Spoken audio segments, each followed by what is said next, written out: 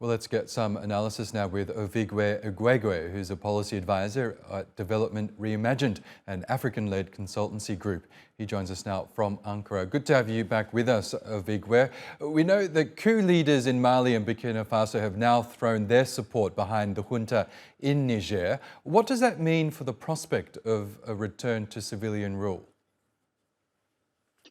I think it's very important to understand that that's not really unprecedented because, of course, we know these two other governments, Burkina Faso and Mali, know if there's an intervention in Niger, then probably they will be next because they too have been stalling in terms of transitioning back to democracy.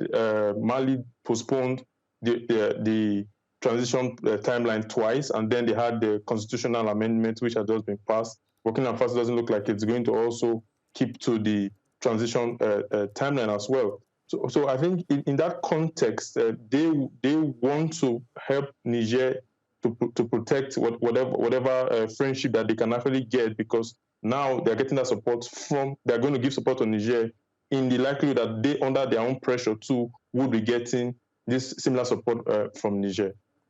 And what do you make of ECOWAS's reaction so far? We know that they've threatened the imposition of economic sanctions on Niger, but they've done similar things in Mali and Burkina Faso to very little effect. How effective is ECOWAS right now in terms of their response to what's happening in Niger? I think the situation in Niger is particularly significant and potentially dangerous in the sense that with Mali, with Burkina Faso, with Guinea, all we saw was the sanctions and then cutting them off from financial transactions. But Niger is very different, and the dynamics there is really geopolitically significant, and that's why there's really much more I would say condemnation, particularly from France, from the European Union, and also from the United States.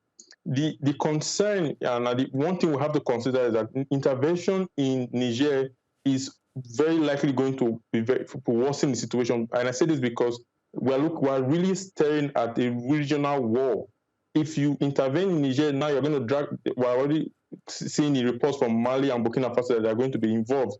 Who knows what Guinea is going to also do as well. So I think it is very important that ECOWAS follows a more diplomatic approach rather than starting what potentially become a protracted war.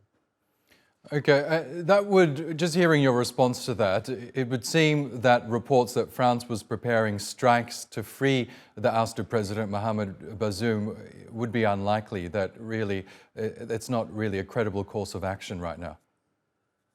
Yeah, it's not. And if you're reading reports, just not so long ago, we are seeing reports that France will be evacuating French citizens and citizens of the European Union. I think that also needs to be seen as one of the canaries in a coal mine, because if they are evacuating citizens, even though the Nigerian government has not expelled French citizens or European citizens, they not even announced the expulsion of French diplomats or European diplomats. I think this should be seen as a sign of preparation for such an intervention. And the current president of ECOWAS, which is the Nigerian president, seems to have an appetite for intervention as well. So I think the dynamics are very, very dire at this point, and it needs to be stressed that caution needs to lead the way, because the moment there's an intervention, we really don't know where it's going to go from there. Okay, Ovigwe Eguegu, we'll have to leave it there, but thanks as always for sharing your analysis with us.